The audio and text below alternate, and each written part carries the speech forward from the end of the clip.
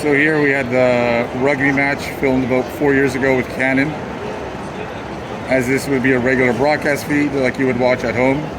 And then they provided us the data, we converted it, and showing you the experience that it's converted into volumetric, which now gives us the ability again to move that virtual camera system and follow the ball as it goes through the whole match.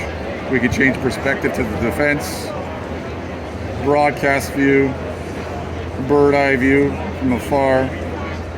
But the main thing to be showcasing here, so if we just pause, scrub back time, we can use AI to start tracking some data points, like missed tackles by number 10, another missed tackle by 13, missed tackle by 15. So you can get that analysis in real time. Same thing like Action Arena. You can kind of zoom back and see where the players are on the pitch. So it provides a lot of data for the broadcaster to kind of just showcase that instantaneously. And I saw that it looks like you can change logos and things like that too, right? Well, here, let me show you. Let me zoom back, change back to a regular view, player profiles. We got Peter Moore here. So I'm not sure if you know him.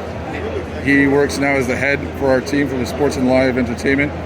But now you can get that data instantly, and all his social media. I mean, it could be expanded. Right. You can go to his shop, start purchasing his shoes, things like that.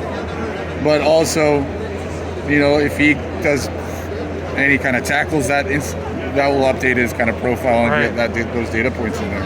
Yeah, it seems like a much more immersive way to experience sports. Yeah. Cool. So Thank you very much. Yeah, absolutely.